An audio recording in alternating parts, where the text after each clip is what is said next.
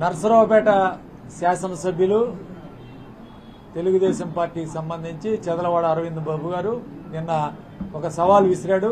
నర్సరావుపేట నియోజకవర్గ అభివృద్ధి మీద 2019-24 నుంచి వైఎస్ఆర్ పార్టీ ఆధ్వర్యంలో జరిగిన అభివృద్ధి, ఇప్పుడు జరుగుతున్న అభివృద్ధి మీద చర్చ పెడదాం, చర్చకు సిద్ధమా అని సవాల్ విసరడం జరిగింది. దానికి ప్రతి సవాలుగా నేను చర్చకు సిద్ధం అని చెప్పి నిన్న బహిరంగంగా ప్రకటన చేయడం జరిగింది. దీనికి మేరకు అన్ని వివరాలతో అభివృద్ధి కార్యక్రమాలు ఏమేమి జరిగాయి మొత్తం లిస్టుతో ఈరోజు నేను సిద్ధంగా ఉంటే రాత్రి నుంచి హౌస్ అరెస్ట్ చేపించి పోలీసులు దాదాపు 100ల సంఖ్యలో పోలీసులను పంపించి హౌస్ అరెస్ట్ చేపించి వాడు మూశారు. ఆయనే చెప్పాడు అన్ని ఏర్పాట్లు నేను చేస్తాను, కోటప్పకొండకి రండి అని చెప్పి టెంట్ అక్కడ వేసానని చెప్తున్నాడు, ఇక్కడ పోలీసులు పెట్టి ఆపుతున్నాడు. ఆయన పూర్తిగా ఈరోజు ఇందులో తోక ముడిచి వాళ్ళ హాస్పిటల్లో బాత్రూంలో కూర్చునే కార్యక్రమం చేస్తున్నారు. ఎందుకంటే బాత్రూములు అంటే ఆయనకు బాగా ఇష్టం. ఎస్పీ ఆఫీసులో బాత్రూంలో కూర్చున్న ఏకైక ఎమ్మెల్యే, 10 గంటల పాటు కూర్చున్న ఎమ్మెల్యే ఈయనే కాబట్టి ఇక్కడ వాళ్ళ హాస్పిటల్లో బాత్రూంలో కూర్చొని ఈరోజు ప్రెస్ మీట్లు పెడతా ఉన్నాడు. నేను ఒకటే అడుగుతా ఉన్నాను, అయ్యా నీకు దమ్ము ధైర్యం ఉంటే నేను ఒక్కడే వస్తాను, సింగిల్ గా వస్తాను, రా పోలీస్ వెహికల్లో వెళ్దాం, నువ్వు ఒక్కడవే రా తేల్చుకుందాం అని చెప్పి ఈరోజు సవాల్ విసురుతుంటే దానికి కూడా ఎక్కడా కూడా సిద్ధంగా లేడు. ఏదేదో మాట్లాడతాడు. నా బదులు ఆయన తరపున ఇంకొక ఆయన పెద్ద మనిషిని పంపిస్తాంట, వాళ్ళ కార్యకర్త, నేను ఒకరిని పంపించాలంట. సవాల్ విసిరింది నువ్వు, ప్రతి సవాల్ విసిరింది నేను, నువ్వు ఎమ్మెల్యేగా ఉన్నది నువ్వు. దమ్ము ధైర్యం ఉంటే నువ్వు రావయ్యా, వీళ్ళందరితో ఎందుకు తేల్చుకుందాం రా, అది నేను చెప్తా ఉన్నాను.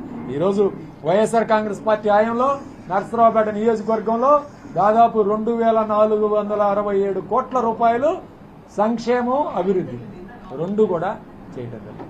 దాదాపు 1444 కోట్ల రూపాయలు నవరత్నాల రూపంలో సంక్షేమ పథకాలు అందించడం జరిగింది. దాదాపు 1020 కోట్ల రూపాయల వ్యయంతో అభివృద్ధి కార్యక్రమాలు చేశాం. ముఖ్యంగా అభివృద్ధి విషయంలో జేఎన్టీయూ కాలేజ్ దాదాపు 150 కోట్ల రూపాయలు, కోటప్పకొండ దాదాపు 33 కోట్ల రూపాయలు, ఈ విధంగా అనేక అభివృద్ధి కార్యక్రమాలు దాదాపు 1020 కోట్ల రూపాయలతో అభివృద్ధి కార్యక్రమాలు చేయడం జరిగింది. కాబట్టి మేము ఒకటే చెప్తా ఉన్నాం, నీకు ధైర్యం ఉంటే, అంటే నీ బండారం బయటపడిద్ది, మేమేం అభివృద్ధి చేయలేదు అని, మనం ఎక్కడ బయటపడిద్దు అని చెప్పి ఆయన పోలీసులను పంపించి మమ్మల్ని హౌస్ అరెస్ట్ చేయించారు. నిజంగా నీకు ధైర్యం ఉంటే ఛానల్ డిబేట్లోకి రా, ఖచ్చితంగా మనం ఏదో పిచ్చి పిచ్చి మాటలు మాట్లాడతాడు, ఆయన అబద్దాలు చెప్పే కార్యక్రమం చేస్తాడు తప్ప వాస్తవాలు ఎప్పుడు మాట్లాడు, అన్ని అబద్దాలు చెప్పే కార్యక్రమం చేస్తాడు. అందుకే ఆయన పేరు అరమందరం బాబు, అరవింద్ బాబు కాదు, అరమందరం బాబు అని పేరు పెట్టాం. ఖచ్చితంగా నువ్వు ఎక్కడికి ఏ విషయంలో ఎక్కడికి ఛాలెంజ్ రమ్మన్నా, అటు అభివృద్ధి మీద కానీ ఇటు అవినీతి మీద కానీ ఖచ్చితంగా చర్చకు వస్తాం. నేను ఒక్కడనే వస్తాను, సింగిల్గా తేల్చుకుందామని చెప్పి తెలియజేస్తాను. ఈ విషయంలో కాదు, ఆయన ఒక ఎంఆర్ఓని పనిచేయించలేడు, ఒక ఆర్డీఓని పనిచేయించలేడు, ఒక కలెక్టరు, ఒక డిఎస్పీ, ఒక కమిషనర్ను కూడా వేసుకోలేని పరిస్థితి. ఆయనే స్వయంగా అసెంబ్లీలో చెప్పాడు, నా మాట ఎంఆర్ఓ వింటం లేదు, నా మాట ఆర్డీఓ వింటం లేదని స్వయంగా అసెంబ్లీలో ఆయనే చెప్పాడు. ఎమ్మెల్యే, ఒక ఎమ్మెల్యేలో అసెంబ్లీలో చెప్తే ఆన్ రికార్డు ఉంటుంది, ఆన్ రికార్డు పరిశీలించండి, ఖచ్చితంగా ఆయన చెప్పిన మాటలు కూడా బయటకు వస్తాయి. కాబట్టి ఇలాంటి ఎమ్మెల్యే ఏం అభివృద్ధి చేయగలడు, ఎలా ముందుకు తీసుకెళ్లి నియోజకవర్గాన్ని? ఖచ్చితంగా ఒకటే చెప్తాను, అతను అన్ని విధాలా అట్టర్ ఫ్లాప్ అయ్యాడు. ఈరోజు వాళ్ళ క్యాడర్లో కూడా ఆయనకి సానుభూతి కావాలని చెప్పి, రావాలని చెప్పి ఈరోజు ఈ కార్యక్రమం పెట్టాడు. నర్సరావుపేట ప్రశాంతత వాతావరణాన్ని చెడగొట్టే కార్యక్రమం చేస్తుంది. ఇవాళ ప్రశాంతంగా అందరూ ఉంటే సవాలు విసిరి రెచ్చగొట్టే కార్యక్రమం చేసి ఇవాళ ఈ కార్యక్రమం మొదలుపెట్టాడు. ఖచ్చితంగా దీనికి ముగింపు పలుకుతాం. నేను ఒకటే ఛాలెంజ్ ఇస్తున్నాను, ఎప్పుడైనా ఎక్కడైనా గోపిరెడ్డి సింగిల్ గా వస్తాడు, తేల్చుకుందాంరా.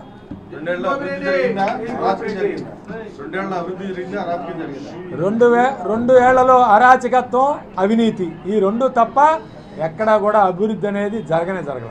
అభివృద్ధి అనేది జరిగిన ప్రసక్తే లేదు.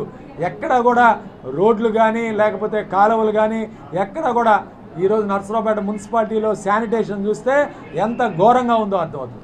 ఈరోజు ప్రభుత్వ హాస్పిటల్కి వెళ్తే మంచినీళ్ళు లేవు తాగటానికి, వాడుకోవడానికి మంచినీళ్ళు లేవు, బాత్రూములు దరిద్రంగా ఉన్నాయి, శానిటేషన్ ఎక్కడ చూసినా దరిద్రమే, ఎక్కడ కూడా అభివృద్ధి కాదు. ఈరోజు అవినీతి, అక్రమాలు పుట్ట, అట్లానే ఈరోజు అక్రమంగా కేసులు పెట్టి మమ్మల్ని ఇబ్బంది పెట్టే కార్యక్రమం. పేషెంట్లు రానివ్వట్లేదు, అన్ని పోలీసులు వాళ్ళతోటి నడిపిస్తున్నాడు కార్యక్రమం అంతా. కాబట్టి ఈ కాన్స్టిట్యున్సీలో తెలుగుదేశం పార్టీలో అభివృద్ధి అనేది లేనే లేదు, అంతా అవినీతిమయం, అక్రమాల నిలయం. రమ్మను, చర్చకు రమ్మను. ఇవాళ అవినీతి ఏం చేశారో, ఎవరు చేశారో, ఆయన ఏం చేస్తున్నాడో ప్రతి డిపార్ట్మెంట్కి డబ్బులు అడిగి కలెక్ట్ చేస్తున్నాడు. ఎలక్ట్రిసిటీ డిపార్ట్మెంట్లో అధికారులు ఇవ్వాలి, డ్రగ్ ఆఫీసులో అధికారులు ఇవ్వాలి, మరి అట్లానే కమర్షియల్ ట్యాక్స్లో అధికారులు ఇవ్వాలి. ప్రభుత్వ హాస్పిటల్లో చైర్మన్ ఒక్కొక్క వికలాంగుల సర్టిఫికెట్కి 25,000 రూపాయలు కలెక్ట్ చేస్తున్నాడు. ఈయనకి 50, ఆయనకి 50, 50%. ఒక్కొక్క వికలాంగుల సర్టిఫికెట్కి 25,000 రూపాయలు. ఆ గవర్నమెంట్ హాస్పిటల్లో మంచి నీళ్లు ఉండవు, శానిటేషన్ ఉండదు, కనీసం బాత్రూములు శుభ్రం చేయరు. ఇది ప్రభుత్వ హాస్పిటల్లో. మందులు ఉండవు, దూది లేదు, ప్రతి దానికి మెడికల్ షాప్లో కొనుక్కునే కార్యక్రమం.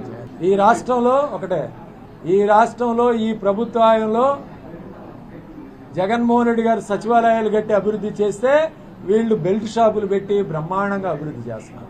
ఊరికి 4 బెల్ట్ షాపులు.